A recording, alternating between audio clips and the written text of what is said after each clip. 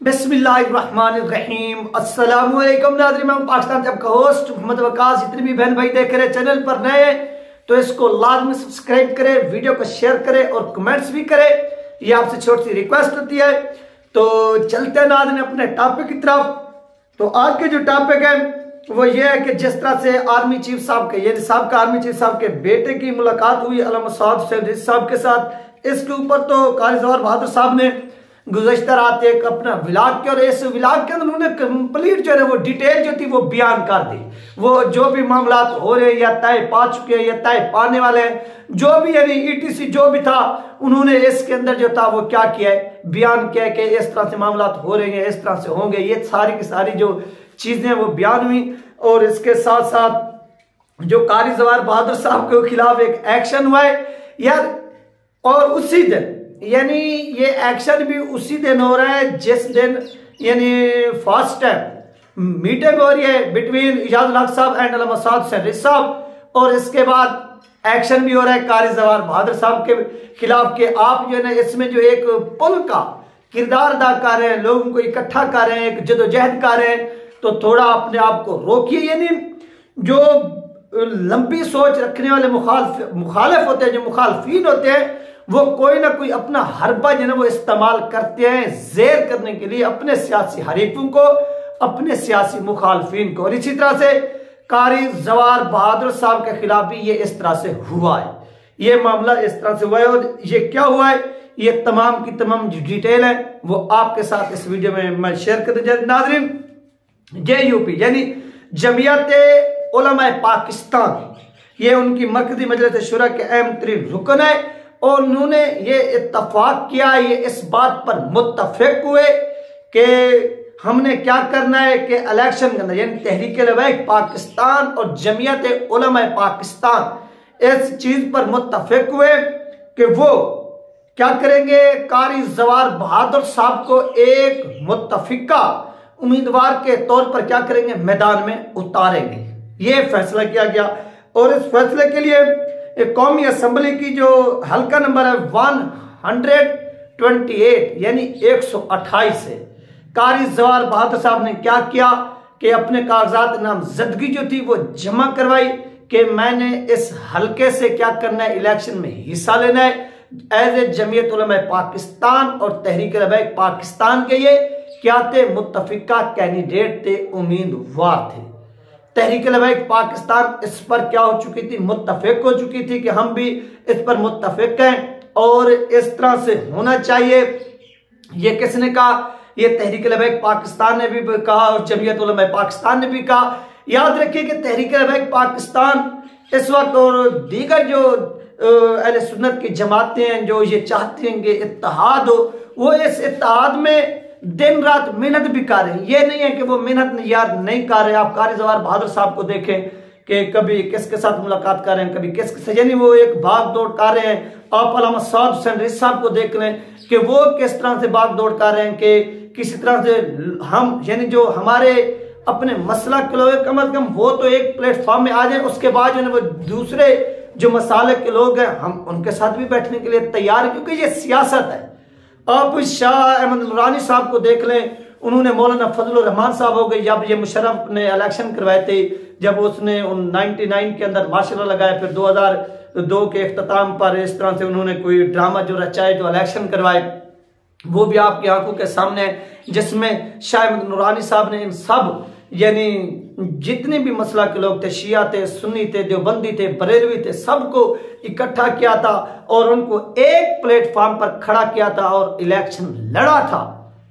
ये आप देखिए कि इस तरह की जब सोच के हामिल लोग जो है ना वो बैठेंगे तो याद रखिए फिर कौम जो है ना वो बिखरने की बजाय कौम इकट्ठे होते। तो आगे नाज़रीन इसके साथ साथ सूबाई असेंबली की 156 यानी 156 की जो नशस्त थी, इसके ऊपर कारी जवाहर बहादुर साहब ने अपने कागजात नामजदगी जमा करवाए हुए थे। यानी कारी जवाहर बहादुर साहब 2 नशिस्तों पर इलेक्शन में हिस्सा ले रहे हैं।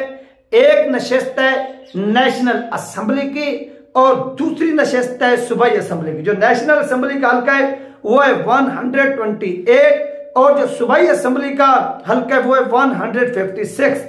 इन 2 हलकों से कारी जवार बहादुर साहब ने इलेक्शन लड़ने का क्या क्या ऐलान किया और अपने कागजात नामजदगी जो थे वो जमा करा दिए कि इन 2 हलकों से टीएलपी की भी हिमायत होगी, जमीयत उलमा पाकिस्तान की हिमायत होगी। यानी ये 2 जमातें तो अब सामने आ गई हैं और इसके अलावा अभी तक जो है वो दूसरी जमातें सामने नहीं आ सकी। अब इसके ऊपर जो कुछ हुआ कि उसी दिन कारी जवार बहादुर साहब और इजाजुल हक साहब, अल्लामा साद हुसैन रिजवी साहब ये एक प्लेटफॉर्म में बैठे हुए नजर आए।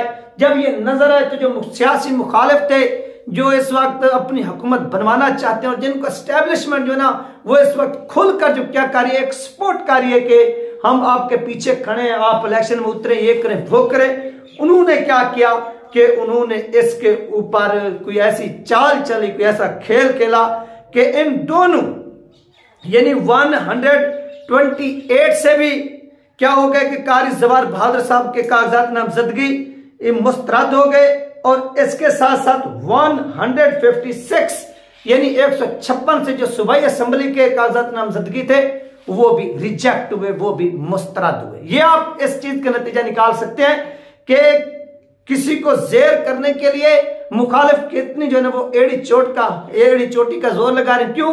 वो एक इशारा दे रहे हैं कारी जवार बहादुर साहब आप इस चीज से पीछे हट जाए।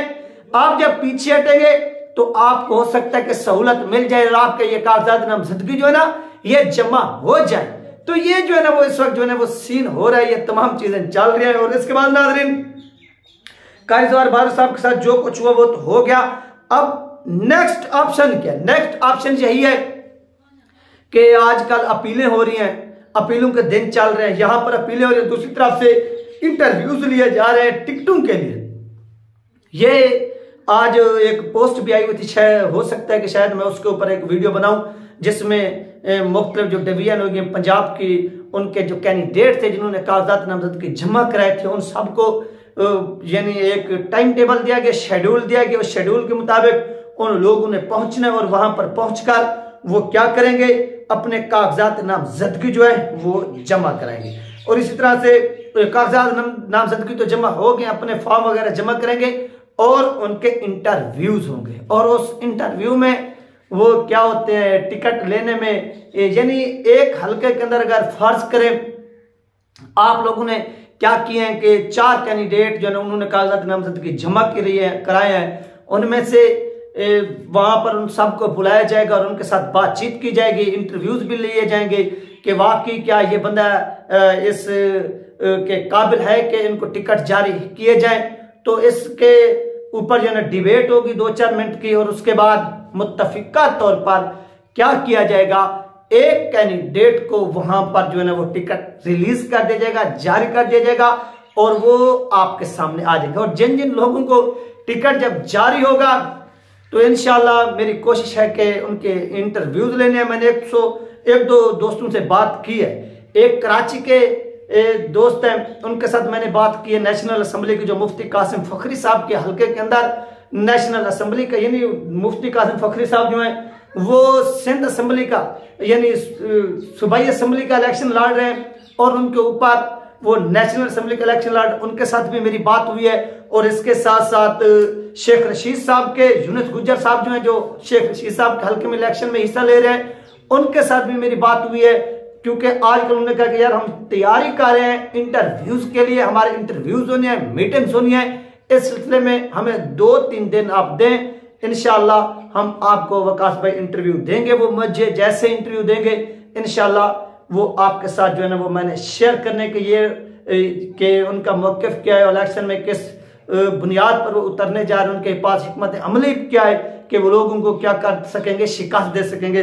ये तमाम चीज़ें जो है वो आप लोगों के साथ इस वीडियो में बयान होगी। और इसके साथ साथ नाज़रीन यहाँ पर कारी जवार बहादुर साहब के साथ जो कुछ हुआ वो भी आप लोगों के साथ जो है ना वो इस वीडियो में बयान किया गया है। कारी जवार बहादुर साहब एक इंतहाई मुखलिस शख्सियत हैं और वो जिस तरह से काम कर रहे हैं और उनके इस काम से बहुत से जो लोग हैं उनको तकलीफ भी हो रही है। अगर तकलीफ हो रही है तो इसके लिए मैं और क्या कह सकता हूँ, कुछ भी नहीं कह सकता।